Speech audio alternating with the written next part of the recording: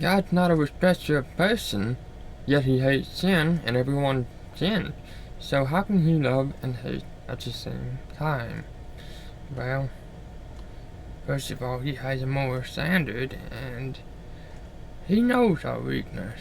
From the day Adam and Eve had eaten the forbidden fruit, which caused them to have the knowledge of good and evil, so we all become kings and queens in our own mindset that we gain responsibility and just not able to do it right, because we don't have a moral standard like God does.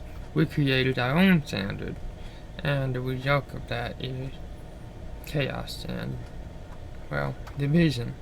How can God love and hate us at the same time? He loves us all. He wants the best for us, and he doesn't want us to have any hard time. He wanted to have everything, But the problem is,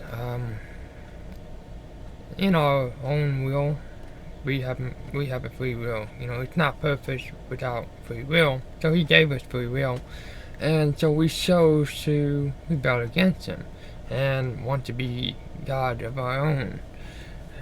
And usually, whenever we try to do that, it always never works out. So for this video, I really want to talk about same-sex marriage. What is marriage is what I want to start with. Is a commitment, basically, that you shall have no one else but your spouse. And yeah, it's really about being faithful and just leading a steady life that you will raise up children, and you stay together. And without marriage, on the other hand, you would end up just being with multiple people, and how can you have a child without their biological parents? It's a lot harder for them. They can live, but it's a lot harder, and it's not fair, you see. So that's why marriage is important. And the alternative that this world wants to operate in is, well, if you don't want it, just get rid of it, which is murder. It's not your body, your choice, because basically it's a child, a living, breathing human inside of your womb. And God knew that child before it even existed.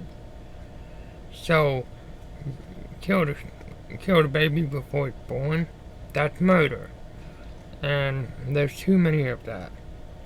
Now, what did God do in that kind of situation? How can a loving God let evil exist in this world? Well, first of all, free will. How can you have someone who is a mass murderer without the mass murder? If people have free will, they can be whatever they want to be, a good person or a person of extreme atrocity. And yeah, God will judge every man according to his deed. And you cannot be justified by work, because according to his deed, every man is guilty.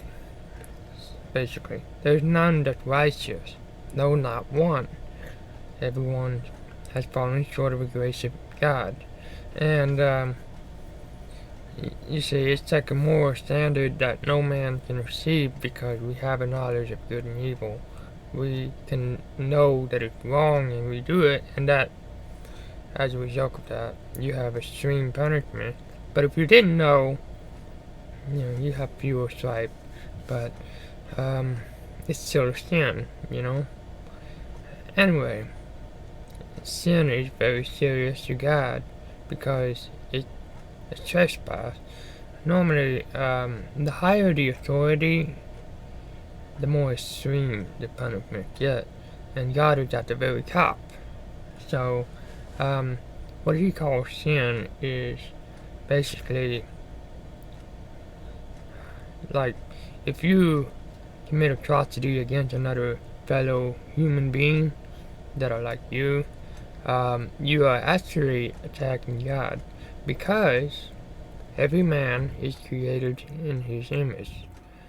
Um, so He sees each of us as His own. You see, we're all His children, but not all of us choose to be His children. And as a result of that, we're very much divided. Only few people have chosen to accept God and forsake this world and themselves. So, what is this gay marriage and why is it so bad? The thing is, it's a combination of a sin and a person, kind of, because it's a person, it's a person who does the act and would have to live by it.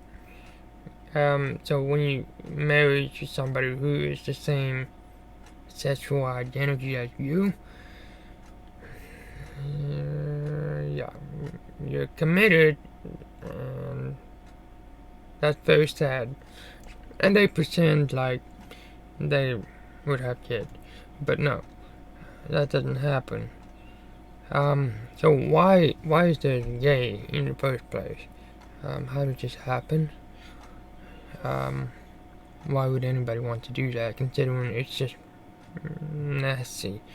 Well, I think that it's just like transgender, because you're just not sure what you are because of your feeling. And the devil will use that as a deception, because when you're a man but you don't feel like a man, and people say, oh, well, you're trans. But you don't have to think that way. You can choose to be what you are. And, well, and it's like this, though. If we have committed atrocity, like stealing, for example, then thief will be in our name. So, are you going to say, okay, I'm a thief, and that's what I am? Well, how does that help you? It's just like that. Because when somebody say, oh, you're trans, well, then you turn into transgender, and that messes your life up. Because now you can pretend, and you can't be yourself. You can only pretend. That's the nature of the whole thing. And so when you, like, okay, a thief, he has stolen something, he becomes a thief. But if he found Jesus and you learn that He's the only way you can turn from your sin and be like Jesus Himself, be Christian, which is to say, follower of Christ. And follower of Christ does nothing of the world.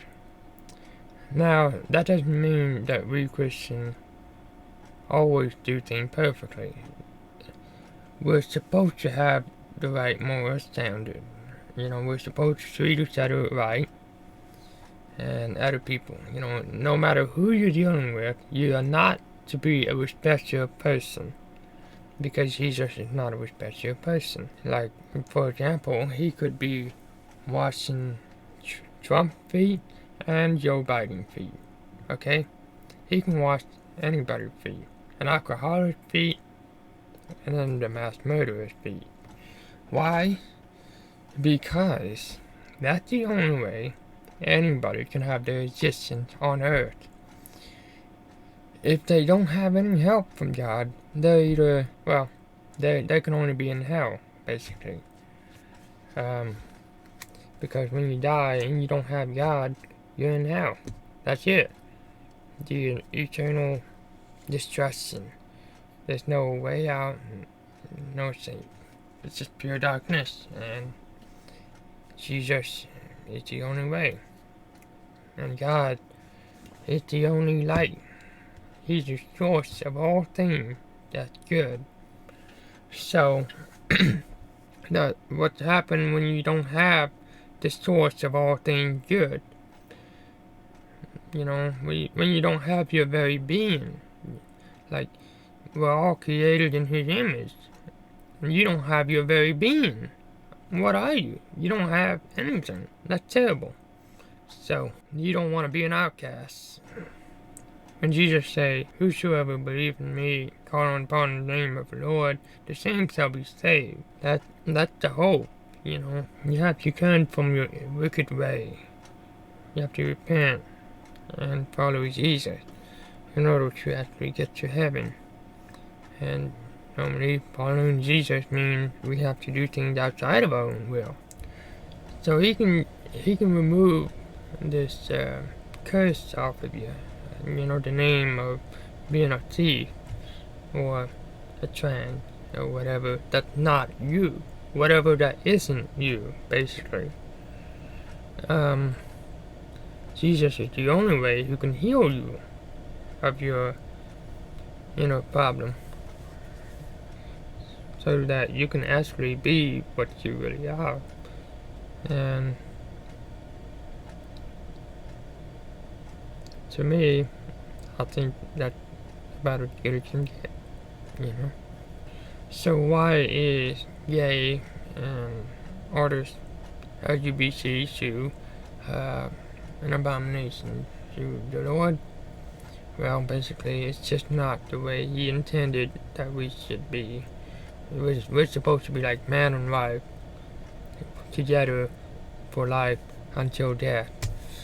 And that's part of being faithful, because you see, God is so faithful to us that He wouldn't have one favorite over the other, basically. That's why He's not a respecter of person. And what we do that kind of disrupt this relationship in a form of adultery, but in terms of God, is idolatry. Idolatry is adultery against God. So that's like cheating on your spouse for another person. And you see, God can be very angry about that, you know, but He will not destroy you right away, because He knows the future. He knows everything. He's very patient. He wants you to have a chance, a second chance, to turn around and, just repent. Jesus died on the cross. His blood paid the fine. But we don't want to be spitting on His grave.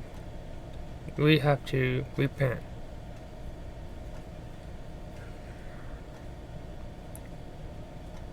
I think I have said everything that needed to be said. I'll see you next time.